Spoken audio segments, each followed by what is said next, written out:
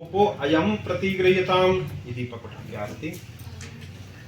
चंद्रमा मनसो जाततक्षोः सूर्यो अजायतः श्रोत्राहवायुष्य प्राणस्य मुखादग्निरजायतः।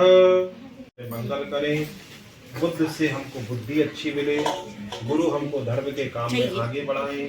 शुक्र शौर्यं शौर्यमतिं पदवीं सन्मंगला मंगलाः सद्बुद्धिश्च बुधो गुरुश्च गुरुतां शुक्रं सुखं शास्त्रे राहुर्बाहुबलं करोति सततं केतु कुलशून्यते नित्यं प्रीतिकरा भवन्तु ते सर्वे अनुकूलता गृह। चढ़ा दीजिए। ओम भूर्भुवस्सुः श्री सूर्यादि नवग्रह देव भुजगसेनं पद्मनाभं सुरेशं विश्वाधारं गगन सदृष्टं मेघवर्णं शुभांगं लक्ष्मीकान्तं कमलनयनं योगिभिर्ध्यानगम्यं वन्दे विष्णु भवभयहरं सर्वलोकैकनाथम्। ओम मिदं विष्णुचक्रवे त्रिधारिदे पदमूलापाग्वं सुरे स्वाहा। ओम लक्ष्मी नारायणाय वासुदेवाय हरि परमात्मने गोपाल कृष्णभ्यां नमो नमः। बोलो वृंदावन बिहारी लाल की जय, लक्ष्मी नारायण भगवान की जय।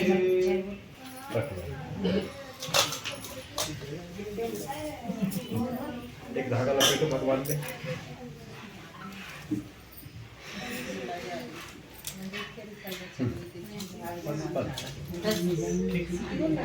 जल से स्नान कराइए, थोड़ा सा लोटे से लो। शुद्ध बाला सर्व शुद्ध बालो मणिमाल सुना श्वेता श्वेतक्षो। बस पंच नद्यास्वरसति मपीजन्ति सरसो तताः सरस्वती पंचदासो देश। भर दो, पहले पूरा भरो। अब धीरे धीरे भगवान को छोड़िए। छोड़ते जाइए, मैं इधर से छोड़ते जाऊँ। श्रीमन्नारायण नारायण हरि हरि श्रीमन्नारायण बिल्कुल हरि श्रीमन्नारायण नारायण हरि हरि श्रीमन्नारायण हरि हरि ओम नमो नारायण ओम नमो नारायण हरि ओम नमो नारायण हरि ओम नमो नारायण श्रीमन्नारायण नारायण हरि श्रीमन्नारायण नारायण हरि श्रीमन्नारायण नारायण हरि हरि। बस हो गया। ये लो, मेरे को दे दो। फिर वस्त्र पहना है। ओम वासुदेवाय हरि परमात्मने गोपाल कृष्णभ्यां नमः नारायणाय नमो नमः। चंदन नहीं किसा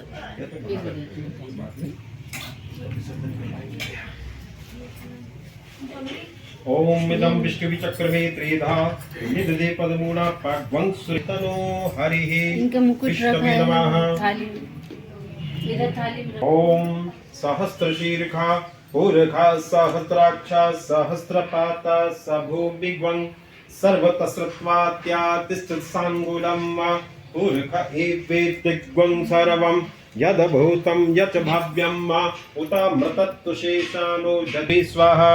बोलो कृष्ण कन्हैया लाल की जय। धूपम धूप दिखाओ। प्रसाद कहाँ रखा है? उस पे चावल छोड़ देना। ओम यतो यताः समीहसे ततनो अभयं कुरुषन्ना कुरु प्रजाभ्यो वयन्ना पशुभ्यः। आप यहाँ पे जाओ, यहाँ बैठ जाइए। ये लाल यहाँ पे बिछा लो, नहीं तो सामने बाहर। चलो आप आ जाइए। ये भी पहन क्या अंसी विभूषित कराल नवनीतभात पीताम्बरधरुण बिम्बाफलधरोष्टात् पूर्णेन्दु सुन्दर मुखादर बिन्दनेत्रं कृष्णात् परं किमपि त्वत्महं न जाने वासुदेवाय नमो नमः। बोलो कृष्णचंद्र भगवान की जय। गोपाल कृष्ण भगवान की जय। लक्ष्मी नारायण भगवान की जय। एक बार जल घुमाइए। अंदर भी है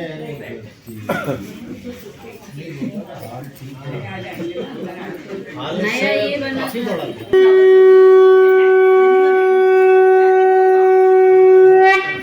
बोलो वृंदावन बिहारी लाल की, गोपाल कृष्ण भगवान की। ओम विष्णवे नमः, ओम विष्णवे नमः, ओम विष्णवे नमो नमः। मनोजवं मारुततुल्यवेगं जितेन्द्रियं बुद्धिमतां वरिष्ठं वातात्मजं वानरयूथमुख्यं श्रीरामदूतं शरणं प्रपद्ये। ओम हनुमते नमो नमः। वासुदेवाय नमो नमः। गोपाल कृष्णभ्यां नमो नमः।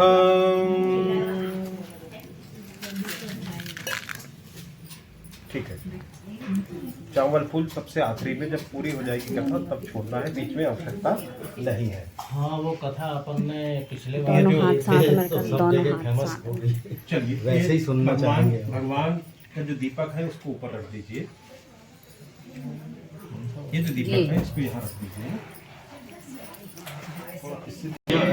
हरि हरि श्रीमन्नारायण नारायण हरि हरि श्रीमन्नारायण नारायण हरि हरि नारायण श्रीमन्नारायण नारायण हरि हरि श्रीमन्नारायण नारायण हरि। तीर्थ क्षेत्र में पुराण शास्त्र के वेदता श्री सूत जी महाराज से ऋषियों ने प्रश्न किया। नैमिषारण्य कहाँ है? भारतवर्ष की पावन भूमि पर उत्तर प्रदेश के सीतापुर जिले में आज भी वे पवित्र क्षेत्र है जहाँ पर पूर्व काल से ही बहुत बड़े बड़े यज्ञ होते थे। तो एक बार वहाँ पे यज्ञ सत्र चल रहा था, दोपहर का समय था। तो भगवान व्यास जी के शिष्य सूत जी महाराज घूमते हुए वहां पर पधारे। तो सारे ऋषियों ने उनको व्यासपीठ पे बिठाला और उनसे प्रश्न पूछा। क्या प्रश्न पूछा? व्रतेन तपसा किम प्राप्ते वांछित फलम तत्त सर्वं श्रोत्यमिच्छामि कथ्यमश महामुने। बहुत ध्यान पूर्वक सुनिए। जो ऋषि महर्षि वहां पर बैठे हैं वे तो जीवन मुक्त है, लेकिन प्रश्न उन्होंने क्या किया? गृहस्थी से जुड़ा हुआ प्रश्न है। क्या कहा कि भगवान आपके ऊपर आपके गुरुदेव की बहुत कृपा है और हम जो प्राणी हैं ये कलिकाल के अंधकार में फंसे हुए हैं। तो गुरु की कृपा से जो आपको ज्ञान प्राप्त हुआ है उस ज्ञान की एक किरण हमारे ऊपर भी छोड़ दीजिए, जिससे संसार को समझने में हमको वो सामर्थ्य प्राप्त हो जाए जो हम समझ नहीं पा रहे हैं। उन्होंने क्या कहा? व्रतेन तपसा। बोले ये जो मनुष्य संसार में आ रहे हैं ये जन्म तो प्राप्त कर लेते हैं पर इनको उद्देश्य की प्राप्ति नहीं हो पा रही है। उम्र धीरे धीरे कम होते चली जा रही है और संसार का जंजाल बढ़ते चला जा रहा है। तो ये बतलाइए कि कलयुग में सबसे अच्छा साधन भगवत प्राप्ति का, भगवान के पास जाने का कौन सा होगा? क्योंकि कलयुग में सबके पास समय बहुत कम है। वैसे कलयुग की आयु बताई गई है 4,32,000 वर्ष। कितनी है? 4,32,000 वर्ष। और मनुष्य का जीवन कितना है ये कोई नहीं बता सकता। बता सकता है? पर शास्त्र में वर्णन आता है कि मनुष्य का जीवन है 120 साल का। कितने साल का है? पर अभी पूरा कर पा रहे क्या? है 70, 80, 90 में राम नाम, जोर से बोलो ना, राम नाम सत्य है। राम नाम ही सत्य है, पर इसको बोलने में हमको कष्ट होता है ना। ऐसा लगता है लोगों को कि अरे राम नाम सत्य तो जब कोई संसार छोड़ के जाएगा तभी बोलना है हमको। नहीं, तो वे कहने लगे कि कलयुग के अभी 5,200 साल बीते हैं मात्र, और हमारी आयु कितनी कम हो गई है? 40 साल। यानी अभी 80-90 साल की उम्र में ही हमको ये संसार छोड़ना पड़ता है। लेकिन अभी कलयुग के कितना हिस्सा बाकी है? मात्र 5,000 साढ़े 450 वर्ष बीते हैं। अभी तो बहुत बाकी है। तो आयु कितनी हो जाएगी? भविष्य पुराण में आया है कि जितने बड़े घर में हम लोग रहते हैं उतने बड़े घर में पूरी बस्ती बस जाएगी। अब सोच लो शरीर कितना बड़ा होगा, और आयु कितनी होगी? मात्र 15 वर्ष। कितनी बचेगी? 15 साल की आयु बचेगी। जब घोर कलयुग, अभी लोग कहते हैं ना कलयुग बहुत आ गया, अभी कलयुग कुछ नहीं आया, ये पहला चरण है। घोर कलयुग जब आएगा तो मनुष्य का जो कद है वो मात्र 1 हाथ का बचेगा, और 15 वर्ष की आयु में हम वो सारे काम कर जाएंगे जो अभी 90 साल में कर रहे हैं। मतलब दादा दादी भी बन जाएंगे, बाल पक भी जाएंगे, दांत टूट भी जाएंगे, और बुढ़ापा भी आ जाएगा, और अपना डेरा मरघट में हो भी जाएगा 15 वर्ष में। ये शास्त्र का विधान बता। तो उन्होंने पूछा कि भगवान ये बतलाइए कि आधा जीवन तो मनुष्य 100 साल की आयु मिली, 120 साल की, यदि ये पूरी आयु भी मिल जाए तो आधा जीवन तो आदमी या तो सो रहा है या प्रमाद में गुजार देता है। प्रमाद तो समझते सब लोग, समझते कि नहीं? प्रमाद का मतलब होता है बेकार बैठ के बातचीत करना, जिसका कोई जीवन में सार नहीं है, ऐसी चर्चा करना। और अधिकांश ऐसा होती है।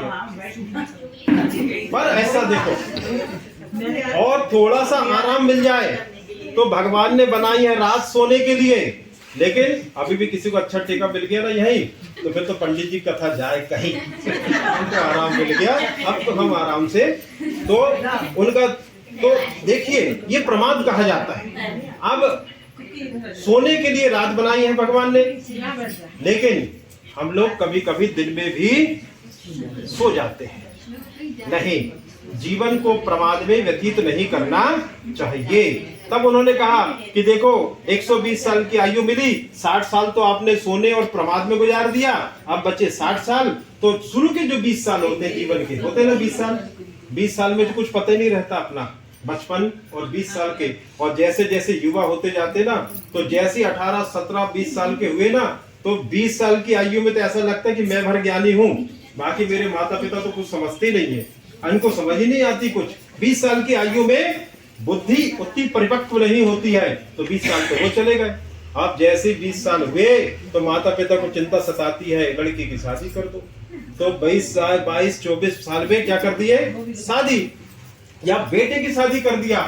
तो पहले खुद की चिंता, उसके बाद फिर परिवार की चिंता, और फिर पैसे का रोग लग जाता है, तो फिर पैसा कितना भी आ जाए, जिसको लाख है उसको 10 लाख की जरूरत है, जिसके पास 10 लाख है वो 50 चाह रहा है, और जो 50 के है उसको 1 करोड़ की जरूरत है, और सुबह से शाम तक सब दौड़ रहे हैं, दौड़ ही रहे ना पैसे के पीछे, हाय पैसा, मुझे धनवान बनना है। ये धनवान बनने का प्रपंच बुढ़ापे तक सताते रहता है।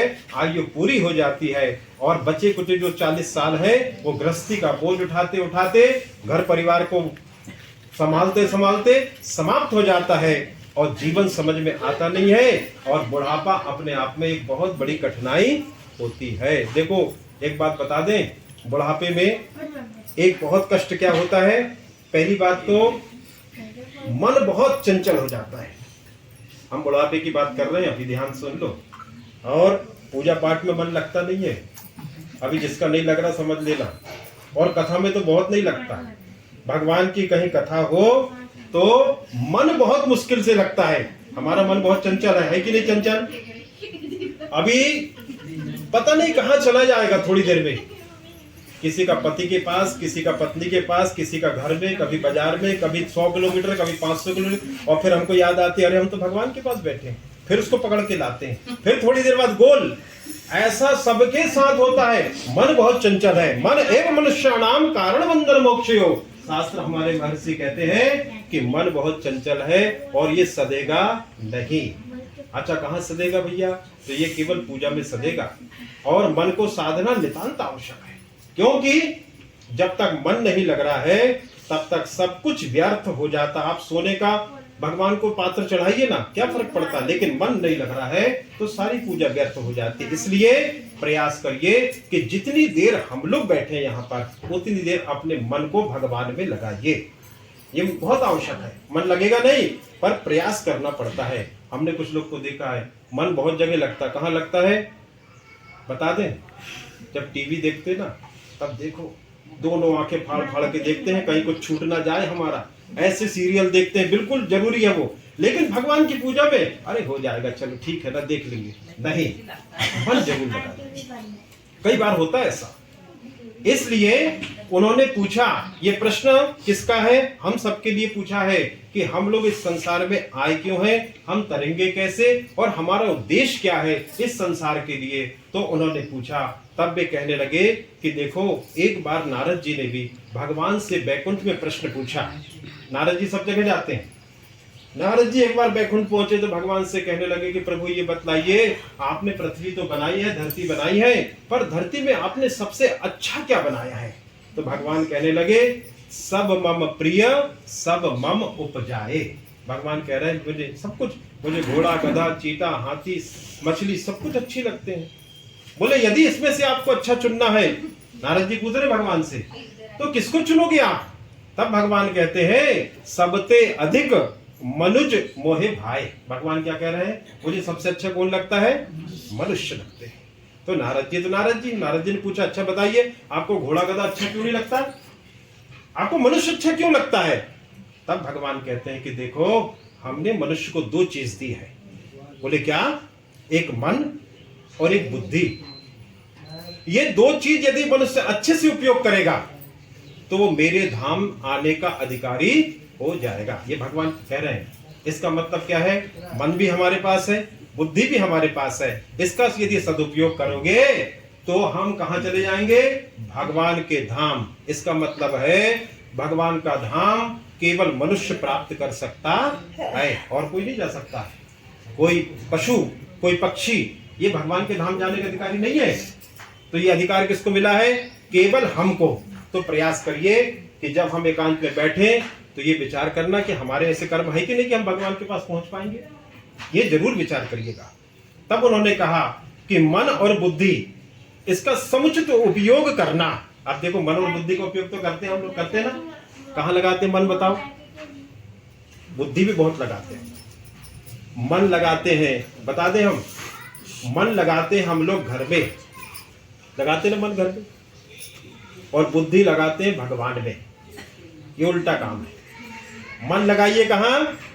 भगवान में, और बुद्धि लगाइए कहां? घर में। अभी तो हम लोग उल्टा कर रहे हैं। मन कहां लगाते हैं? घर में। ये मेरा घर, घर किसी का होता है क्या? ये मेरा सोना, ये मेरा चांदी, ये मेरा मेरा मेरा मेरा करते रहते, ये नहीं। बुद्धि लगाइए कि संसार पहले भी था, आज भी है, हमारे जाने के बाद भी संसार चलता रहेगा। ये बुद्धि लगाना चाहिए। और मन कहाँ लगाना चाहिए? भगवान मेरे है। अभी हम लोग बुद्धि लगाते हैं, भगवान में बहुत बुद्धि लगाते हैं लोग। देखिए कैसे बुद्धि लगाते हैं, मेरा काम कैसे बनेगा, कौन से भगवान की पूजा करूं, 1 लोटा जल चढ़ाऊं शंकर जी की, 2 लोटा जल चढ़ा दूं कि बेलपत्री चिपका के आ जाऊं, तो मैं क्या चढ़ा दूं भगवान को, कौन सा व्रत कर लूं, कौन से पहाड़ पे चढ़ जाएं, कौन से गड्ढे में चले जाएं, तिरुपति बालाजी चले जाएं कि हम महादेव चले जाएं, हमारा काम कैसे बनेगा? उद्देश्य तो ये रहता ना।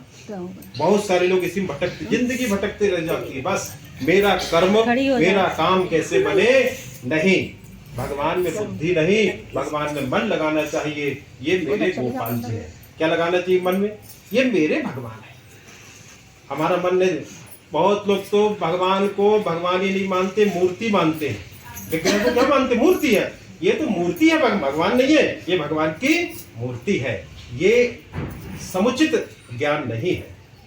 मेरे गोपाल कृष्ण है, मेरी माता भगवती है, ये मेरे गोपाल कृष्ण है, मेरे राम जी हैं। ये भाव जब तक नहीं होगा तब तक कल्याण की अवधारणा स्वीकार नहीं होने वाली है। तब उन्होंने पूछा कि ठीक है प्रभु, एक बार मैं धरती पे जाऊंगा और धरती पे मनुष्य को देख कर आऊंगा, वे कैसे रहते हैं, क्या करते हैं, जीवन कैसे चलता है, मैं एक बार जरूर देख कर आऊंगा। तो नारद जी आ गए कहाँ? धरती में। और धरती में भी कहाँ आए होंगे? हमको तो ऐसा लगता है कि घूमते घूमते मध्य प्रदेश, और मध्य प्रदेश से छिंदवाड़ा, और छिंदवाड़ा से जुन्नारदेव, और वार्ड नंबर 10 में घूम रहे होंगे। अब घूम रहे हैं, नारद जी घूम रहे थे तो उन्होंने ब्राह्मण को देखा, उन्होंने क्षत्रिय को देखा, उन्होंने वैश्य को देखा, अंतज को देखा। नारद जी बड़े दुखी हो गए कि भगवान ये मनुष्य तुमने बनाया, सुबह शाम तक बस खाना और कमाना, इसी में जिंदगी चली जा रही, भागम भाग में लगे। ये कैसा? ब्राह्मण वेद बेचने में लगे हैं, क्षत्रिय रक्षा नहीं कर रहे हैं, वैश्य मिलावट करके धंधा कर रहे हैं, अनाचार मचा हुआ है। नारद जी बड़े दुखी हो गए हम सबको देखकर, और नारद जी ने कहा कि अब मैं जाऊंगा भगवान के पास और शिकायत करूंगा कि आपने कैसे मनुष्य बनाए हैं। तो नारद जी को याद आया कि मैं घर में भी तो देख लूं एक बार, भगवान ने सबसे अच्छा आश्रम बनाया है, 4 आश्रम बनाए भगवान ने, इसमें सबसे श्रेष्ठ आश्रम बना है गृहस्थ आश्रम। ये सभी जानते हैं, गृहस्थ आश्रम में पति पत्नी के रूप में रहना, संतान होना, उनका लालन पालन पोषण करना, अपनी जिम्मेदारी को पूरा करना, इसको गृहस्थ आश्रम कहते हैं। तो नारद जी आ गए कहाँ, अभी तक तो रास्ते में घूम रहे थे, अब आ गए वार्ड नंबर 10 के घर के अंदर, और जैसे घर में आए हैं तो नारद जी और परेशान हो गए। पहले कम परेशान थे, अब नारद जी ज्यादा दुखी हो गए। अब बताओ क्यों दुखी हो गए नारद जी? देखो, घर में आने के बाद तो नारद जी को अच्छा लगना चाहिए था ना। नारद जी जब घर के अंदर प्रवेश करते हैं तो नारद जी बड़े दुखी हो जाते हैं। और नारद जी दुखी क्यों हुए, ये विचार जरूर करना चाहिए। नारद जी इसलिए दुखी हो गए कि घर का वातावरण एकदम गर्म हो गया, सब एक दूसरे को ठीक करने में लगे हैं। नारद जी देख रहे हैं, आप लोग की बात नहीं कर रहे हैं तो आप कहना कि पंडित जी हमारे घर की बात बता रहे, पर लोग कोशिश करते हैं, एक दूसरे को ठीक कर रहे हैं। पत्नी पति महाराज से परेशान है, और पति महाराज पत्नी से परेशान है, कोई बच्चे से परेशान है, कोई बेटा पिता से बात नहीं कर रहा है, कोई बेटी माँ से नाराज हो जाती है, कोई पड़ोसी से परेशान है, कोई आजू वाले से परेशान है, कोई बाजू वाले से परेशान है, और कुछ लोग तो खुद से परेशान रहते हैं, कुछ लोग तो किसी की उन्नति देखकर परेशान। नारद जी देख रहे हैं ये बात कि मनुष्य कैसा है, किसी घर गाड़ी आ गई हमको दुख हो गया, किसी का बेटा नौकरी में लग गया हमको दुख हो गया, और किसी के गले में सोना देख लिया फिर तो महाराज पति महाराज का सोना ही व्यर्थ हो जाता है, ऐसा हो जाता है। हमारे पास तो 2 ही तोला है, उनके घर तो देखो, ऐसी शिकायत करते हैं। और आपको बता दें कब करते हैं, सबसे अच्छा समय होता है जब आदमी भोजन करता है, पता है कहीं जा तो सकता नहीं है, अब तो सुनना पड़ेगा और खाना खाना पड़ेगा, तो रोटी कम और शिकायत ज्यादा खिलाती है माता जी लोग। पर इतना दुखी वातावरण नारद जी देखकर बड़े दुखी हो गए, बोले भगवान ये कैसा संसार आपने बनाया है। और अब देखिए नारद जी गए कहाँ, वैकुंठ लोक में वापस। और देखो बहुत ध्यान से सुनना, हम सबको देखने के बाद भगवान से नारद जी क्या कह रहे हैं, मृत्युलोके जना सर्वे नाना कलेश समन्विताः नाना योनि उत्पन्ने पंचते कर्माभि। नारद जी ने क्या कहा कि मृत लोके, देखो नारद जी सबसे पहला शब्द क्या कह रहे हैं, धरती का नाम क्या है, मृत्यु लोक, आया है सो जाएगा, यानी टिकट सबकी पक्की है ना, जाना सबको पड़ेगा, पर मरना कोई नहीं चाहता। सब ये विचार करते इधर वाले जाएंगे उधर वाले जाएंगे, मेरे कुछ थोड़ी होने वाला। लेकिन नारद जी कह रहे हैं कि धरती का नाम ही मृत्यु लोक है, इसलिए हमको संसार आज नहीं तो कल सब छूट जाएंगे। जितने लोग हम बैठे हैं आज नहीं तो कोई 10 साल, कोई 20 साल, कोई 50 साल, कोई 60 साल, कोई 80 साल साथ में रहेगा, सबको अपने अपने रास्ते जाना पड़ेगा। इसलिए मृत्यु लोके जना सर्वे, सर्वे यानी चारों वर्ण के लोग, नाना कलेश समन्विताः। देखो नारद जी ने भगवान से कहा कि प्रभु लोगों के जीवन में क्लेश बहुत है। क्लेश समझते ना आप लोग, क्लेश का मतलब क्या होता है बताओ? अच्छा है, उसको झगड़ा बोलते हैं। क्लेश का मतलब होता अंदर का दुख। नारद जी चेहरा देखने नहीं आए थे, चेहरा ठीक ठाक ना भी हो तो आजकल तो सब लगा लोगों के ठीक ठाक दिखने लगते हैं, पर नारद जी ने अंदर देखा सबको कि लोगों के जीवन में क्लेश बहुत है। कोई तन दुखी, कोई मन दुखी, कोई धन बिन रहत उदास, बहुत परेशान है सब लोग। बोले कैसे मनुष्य बनाए आपने?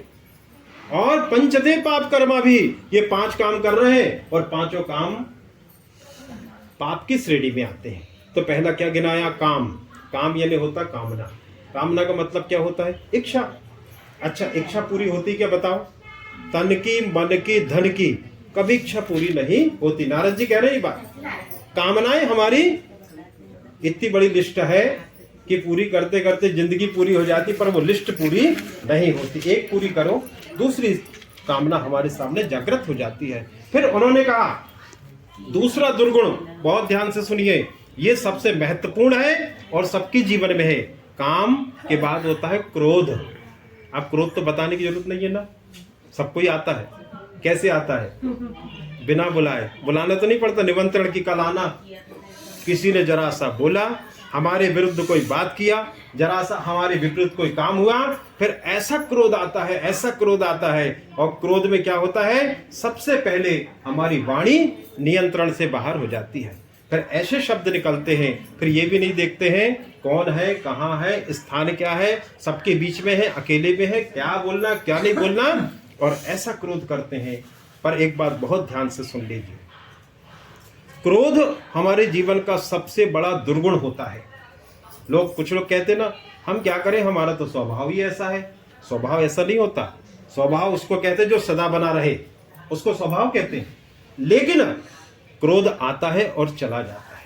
पर हमारे आचार्यगण कहते हैं लोगों का व्रत करना, मंदिर जाना, पूजा करना, उपवास करना, गुरु मंत्र का जप करना, सब व्यर्थ हो रहा है। क्यों हो रहा है? क्योंकि 2 घंटे की पूजा और 2 मिनट का क्रोध ये जला के नष्ट कर देता है। ये जो अग्नि जल रही ना, ये हमारे शरीर को जलाएगी ज्यादा से ज्यादा। अग्नि काय को जलाएगी? केवल शरीर को जलाएगी। लेकिन क्रोध की अग्नि जो होती है महाराज, वो तो आपके पुण्य को जलाती है। जैसे आपने अभी जो व्रत गया, आपने व्रत किया और व्रत किया, लेकिन आपने 2 मिनट का क्रोध किया, तो कौन सा व्रत गया?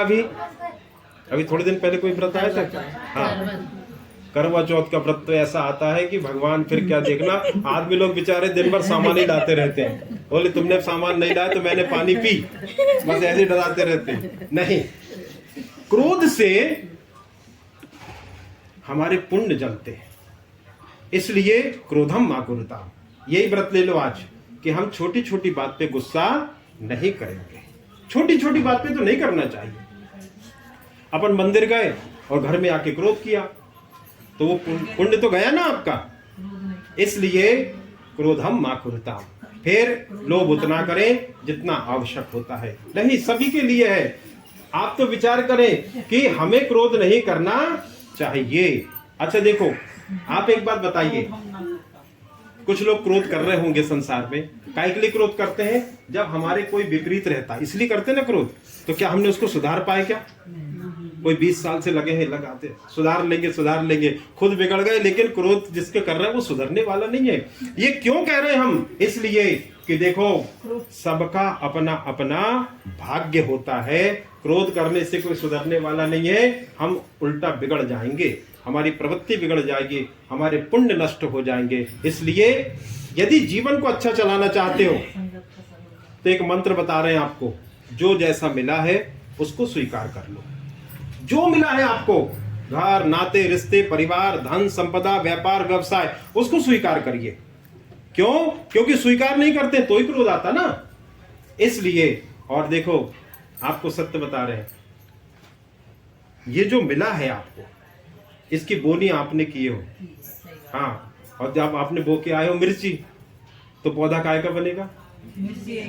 और यहाँ आके कह रहे हमको गन्ना चाहिए, कैसे मिलेगा? इसलिए कथा प्रेम से सुनिए। ये बोनी है। मंदिर जाना, व्रत करना, त्योहार मनाना, भगवान नाम लेना, ये बोनी है। और जैसा बो के आओगे वैसा प्राप्त होगा, ये सिद्धांत है। इसलिए जो परिवार मिला है उसको स्वीकार कर लो। ये हमारे भाग्य है, ये भाग्य में था। आप विचार करो, एक ही परिवार में लोग रहते हैं और किसी का भाग्य बहुत अच्छा बन जाता है, किसी का भाग्य बहुत गड़बड़ हो जाता है। माता पिता एक ही हैं, संतान ज्यादा है, और संतान का एक का भाग्य बहुत अच्छा हो गया, रोटी वही खा रहे हैं, चूल्हे में भोजन वही बन रहा है, लेकिन भाग्य क्यों बदल गया?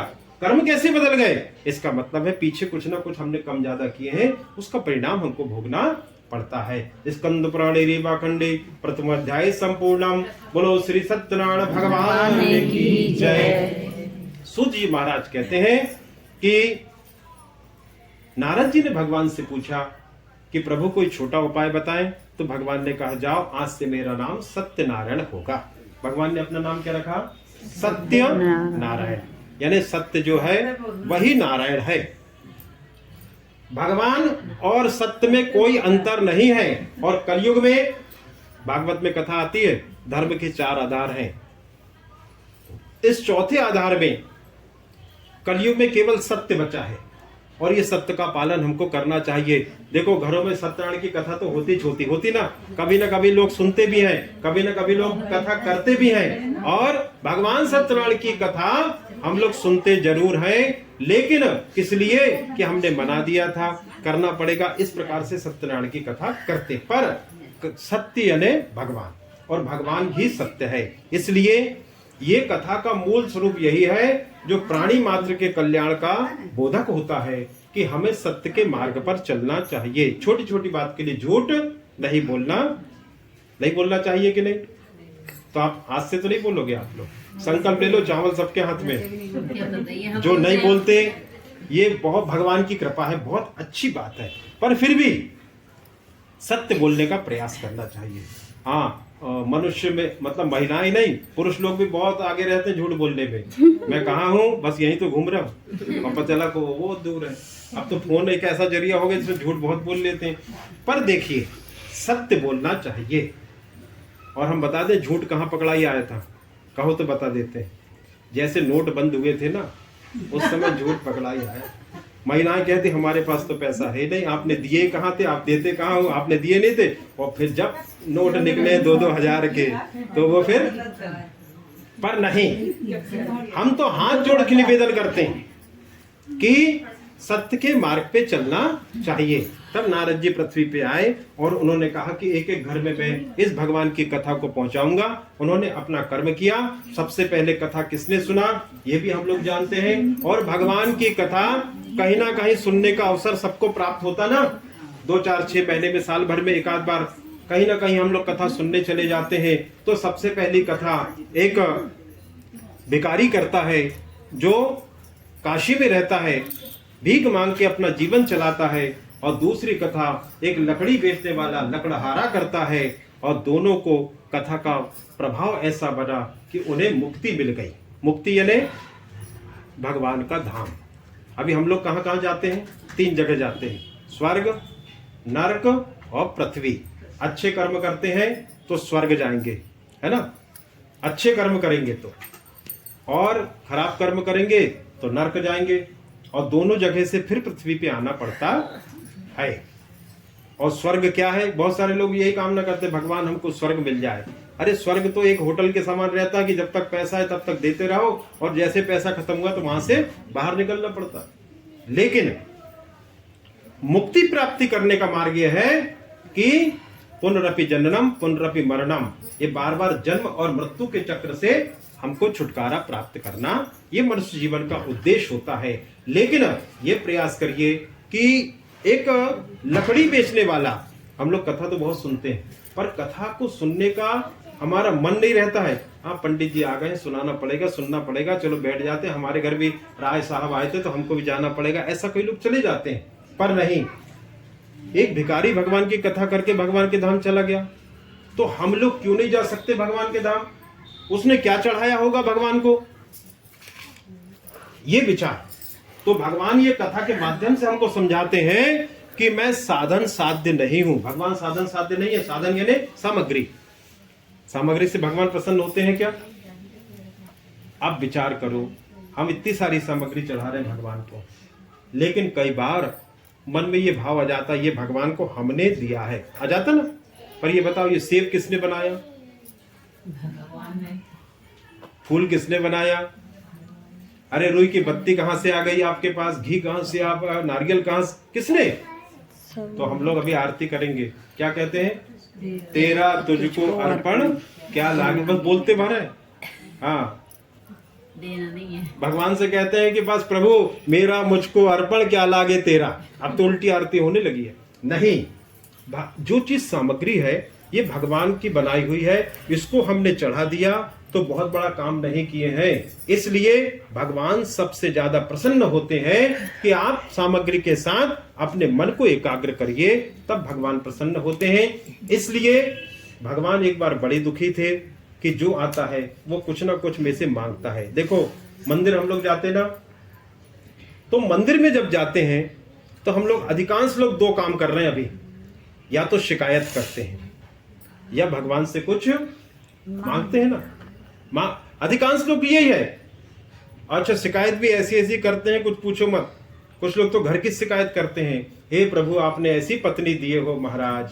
कई लोग जाते हैं, ऐसे महापुरुष लोग हैं संसार में, वो पत्नी से परेशान रहते हैं तो जाके भगवान से शिकायत करते हैं, भगवान ऐसी पत्नी दिए हो जो सुबह से बोलना शुरू करती है तो रात तक बोलती रहती है।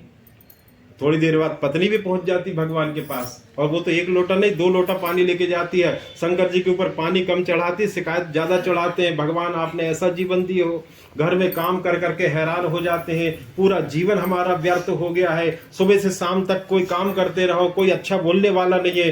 अच्छा, वैसे ऐसा होता भी है, महिलाएं बहुत काम करती हैं घर में, पर आप विचार करो कि आप लोग इतना जीवन पूरे घर के लिए लगा देते हैं, पर घर वाले आपकी कितनी बड़ाई करते हैं। जब मिलेगी शिकायत, तुमने क्या करा, क्या करते रहती हो, हमने इतना करके आ गए। बहुत सारे लोग तो जीवन में शिकायत ही करते रहते हैं परिवार से। ना भगवान से शिकायत करिए, और ना, देखो पत्नी का सम्मान तो होना ही चाहिए। महिलाएं ज्यादा बैठी इसलिए नहीं कह रहे हम, लेकिन शास्त्र कहता है कि यत्र नार्यस्य पूज्यन्ते तत्र रमन्ते देवता। जहां नारी की पूजा, पूजा का मतलब ये नहीं कि टीका चंदन लगाने लगो, लेकिन जरूर सम्मान होना चाहिए, नहीं तो आपके घर में लक्ष्मी का वास नहीं रहेगा।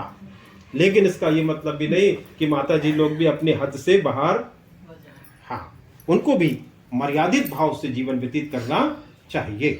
भगवान एक बार बड़े दुखी हो गए कि जो आता वो शिकायत ही कर रहा है, हम क्या करें, हम तो बड़े परेशान हैं। तो भगवान ने कहा चलो एक बार ऐसा करते हैं, अब हम एक नियम बना देते हैं। बहुत ध्यान से सुन लीजिए, भगवान ने नियम बनाया, क्या, अवश्य में भोक्तम कृतकर्म शुभा शुभम। जो कर्म करोगे उस कर्म का फल बनेगा, और ये फल आपको भोगना पड़ेगा पड़ेगा पड़ेगा। नियम बना दिया भगवान। आप कहोगे कि भगवान ये कैसे बताते हैं। प्रत्येक व्यक्ति को गर्भस्थ अवस्था में जब हम माँ की कुक्षी में होते हैं, भगवान आकर दर्शन देते हैं, और हम वहां पे दुखी रहते हैं। माँ के गर्भ में हमको बहुत कष्ट होता है। जब कष्ट होता है तो हम किसको पुकारेंगे, वहां संबंध तो किसी से रहते नहीं है, हमको तो पता भी नहीं है कि हम किस घर में जाने वाले हैं। तब हम भगवान को याद करते, भगवान मैं यहाँ बहुत परेशान हूँ। तब भगवान आके कहते हैं भैया क्या करोगे जाके, कहाँ पे, गर्भस्थ अवस्था में। भगवान पूछते हैं, तब हमने भगवान से क्या कहा बताओ। ये कहा था क्या कि बहुत बड़ी बिल्डिंग बनाऊंगा, खूब बड़ी कार खरीदूंगा, खूब सारा सोना चांदी इकट्ठा करूंगा, खूब नौकरी करूंगा, व्यापार करूंगा। भगवान से कहा था क्या हमने। हम भगवान से क्या कह के आते हैं, हम भगवान से कह के आते हैं कि भगवान एक बार मनुष्य जन्म दे दो, आपका भजन करूंगा, कीर्तन करूंगा, आपका ऐसा भजन करूंगा कि दोबारा किसी गर्भ में मुझे प्रविष्ट नहीं होना पड़ेगा, मैं आपके धाम आ जाऊंगा। भगवान प्रसन्न हो जाते हैं और किसी अच्छे घर में हमको जन्म प्रदान कर देते हैं। भगवान ने जन्म दे दिया तो फिर यही प्रपंच में फंस जाते हैं। तब भगवान दुखी हो जाते हैं, कह के गया था कि मेरी सेवा करूंगा, और ये सेवा तो परिवार की, घर की और नाते रिश्तेदारों की करने में लगे, पैसे में लगे हैं। तब भगवान कहते भैया हम एक सिद्धांत का प्रतिपादन करते हैं, जो तुम कर्म करोगे उस कर्म का फल बनेगा और ये आपको भोगना पड़ेगा। और भगवान कह रहे हैं कि ये तुम्हारे लिए नियम नहीं है, ये नियम मेरे लिए भी है। यदि मैं भी मनुष्य जीवन ग्रहण करके संसार में आऊंगा तो मुझे भी भोगना पड़ेगा। अब बताओ, जब भगवान कह रहे हैं कि उनको भोगना पड़ेगा तो हमारी और तुम्हारी क्या बात है, भोगना पड़ेगा कि नहीं। पर हम लोग कर्म करते समय ये बात ध्यान में नहीं, जो खाना है खाओ, जहां जाना है जाओ, जो पीना है पियो, और जो बोलना है बोलो, करते रहते ना। लेकिन भगवान कह रहे हैं कि मैं भी संसार में, अब बताओ, जिसके आंगन में भगवान स्वयं आए हैं, दशरथ जी के आंगन में राम जी आए, लक्ष्मण जी आए, 4 रूप में आए। दशरथ जी को कैसे मौत की प्राप्ति हुई है, आंगन में तड़प तड़प के प्राण निकले थे उनके। क्या भगवान बचा नहीं सकते थे, राम जी बचा सकते थे कि नहीं, बताओ। कितनी छोटी सी बात है भगवान के लिए। बचाए क्या भगवान ने, नहीं बचाए। क्यों, श्रवण कुमार को मारने का जो पाप था वो उनको लगा था, और उसके पिता ने कहा था कि जैसे पुत्र वियोग में हम संसार छोड़ रहे हैं, ऐसा तुमको भी भोगना पड़ेगा। तो राम जी जब वनवास जा रहे थे तो दशरथ जी को पुत्र वियोग में मृत्यु की प्राप्ति हुई। भीष्म पितामह को 58 दिन तक बाणों की सैया पे विराजमान होना पड़ा ना। एक कीड़े के शरीर में कांटे गड़ाए थे उन्होंने, परिणाम बना। भगवान कृष्ण उनके दर्शन करने जाते थे, महाभारत में वृत्तांत है ये, पर उन्होंने कभी नहीं कहा कि मुझे बहुत पीड़ा है, और भगवान कृष्ण ने ये नहीं कहा कि आपको छुटकारा दिला देता हूं इससे। इसका मतलब क्या हुआ कि जब उनको भोगना पड़ा तो हमको भी इसका परिणाम प्राप्त होगा। इसलिए कर्म करते समय बहुत सावधान हो जाइए। घर छूट जाएगा, परिवार छूट जाएगा, सोना चांदी हीरा मोती नाते रिश्ते सब छूट जाएंगे, पर कर्म नहीं छूटता है। कर्म हमारे साथ जाता है। करुण पुराण में लिखा है ये कि हमारे जब मृत्यु होती है और जब पिंडदान होता है, पिंडदान के बाद एक शरीर मिलता है जिसको भोग शरीर कहते हैं। 10वां को पिंड होते हैं ना, वो पिंड से शरीर बनता है, एक हाथ का शरीर, और उसको भोग शरीर कहते हैं। यातना देह, यानी अब आपने जो संसार में कर्म किए हैं उसको भोगने के लिए तैयार हो जाओ। 21 प्रकार के नरकों का वर्णन आता है, और फिर आपको उसमें काटा जाएगा, पीटा जाएगा, मारा जाएगा, बार बार घर परिवार को दिखाया जाएगा, और नाना प्रकार के दुख आपको प्राप्त होंगे। काय के लिए? क्योंकि हमने जो कर्म यहाँ पे किए हैं उसका परिणाम भोगना पड़ता है। इसलिए हम तो निवेदन करते हैं कि कर्म करते समय सावधान हो जाइए, क्योंकि सब कुछ बट सकता है, बट जाता ना सब तो, पर कर्म नहीं बटने वाला है। और इसको यदि मिटाना है तो इस संसार में केवल एकमात्र उपाय है, किसी व्रत से, किसी त्याग से, किसी परिश्रम से आपके कर्म नहीं बटने वाले। कर्म केवल जो पाप है वो केवल भगवान के नाम से ही मिट सकता है। देखो कितनी अच्छी व्यवस्था भगवान ने बनाई। हमने यदि जाने अनजाने में पाप किए हैं ना, तो केवल भगवान के नाम में वो ताकत है जिससे हमारे पाप नष्ट हो सकते हैं। अब देखो भगवान का नाम होना चाहिए कि नहीं, इसलिए भगवान ने एक वाणी दी हमको, जीभ दी है भगवान ने, और इस वाणी से हमको भगवान का नाम लेना चाहिए, क्योंकि पाप तो हो ही रहे। अब पाप कितने हो रहे हैं इसकी तो कोई गिनती नहीं है, लेकिन वाणी भगवान नाम में लगा दो, और इस वाणी से ही हम अपने पापों का प्रायश्चित कर सकते हैं। करना चाहिए कि नहीं? अच्छा, वाणी भगवान में लगाना चाहिए कि नहीं? तो लगती है कि ये बताओ फिर कितनी लगती है? जरूर विचार करो कि हम दिन भर में भगवान का नाम कितनी बार ले पा रहे हैं। वैसे तो एक गुरु होना चाहिए हमारा, श्रेष्ठ विद्वान, हमारे पास माला होना चाहिए। उस माला से मंत्र का, जब मंत्र यानी जो गुरु दीक्षा लेते ना, वो नाम है भगवान का, उसको लगातार लेते रहना चाहिए। आपको बता दें, ब्रह्म वैवर्त पुराण में ये वृत्तांत आता है कि कलयुग का प्राणी कैसे आपके पास आएगा। तब भगवान ने कहा कि एक छोटा सा मार्ग बता रहे हैं, केवल वो मेरा नाम लेना प्रारंभ कर दे, मेरे धाम आ जाएगा। तो ले सकते हैं नहीं भगवान का नाम, पर कितना ले पा रहे हैं ये भी विचार करो। तो पूछा गया कि मनुष्य के जीवन में बहुत समस्याएं हैं, तब भगवान ने एक मार्ग बताया कि कैसे भी भगवान का नाम रीज भजो चाहे खीज भजो, कैसे भी भजो, पर भजना चाहिए। कैसे भजे? तो हम रोटी बनाते, अच्छा रोटी बनाते भगवान का नाम ले सकते कि नहीं? हाँ या ना तो बोलो। तो लेते हो क्या? नहीं लेते। कितने लोग लेते हैं बता? कम आता है। अच्छा, बहुत अच्छी बात है। यदि ले पा रहे हो तो भगवान की कृपा है, और नहीं तो रोटी तो बनती है गोल और दिमाग भी चलता है गोल। कहाँ का घर, क्या हो गया, इतनी शिकायत, ये सब चलते रहता। देखो हम आपसे हाथ जोड़ के प्रार्थना कर रहे हैं कि कभी भगवान का नाम लो या मत लो, पर रोटी बनाते समय भगवान का नाम जरूर लीजिए, क्योंकि जैसा खाओगे अन्न वैसा बनेगा। तो आप किसको खिला रहे हो? आपके बच्चों को खिला रहे हो, तो उनका मन भी तो खराब मत करो। इसलिए रोटी बनाते समय राम राम गोविंद गोविंद गोपाल गोपाल कृष्ण कृष्ण, जो नाम भगवान का आए वो रोटी बनाते समय जरूर, झाड़ू लगाते समय, कपड़े धोते समय, जो काम आप कर रहे, गाड़ी चलाते समय जब आए, आपको केवल भगवान का नाम लेना है और वो आपके अकाउंट में इकट्ठा होते चला जाएगा। भगवान कहते हैं कि आपके रखा हुआ है और आपको प्राप्त हो जाएगा, इसलिए प्रयास करना चाहिए। देखिए अभी जो समय चल रहा है कलिकाल, इस कलिकाल के समय में तो हमको थोड़ा सा सजग भी रहना नितांत आवश्यक है। देखो हमारी हिंदू संस्कृति जो है ये सनातन है। सनातन का मतलब इसको किसी ने बनाया नहीं है, जब से पृथ्वी है तब से ये हमारा धर्म है। लेकिन आज जो समय चल रहा है, हमारा थोड़ा समय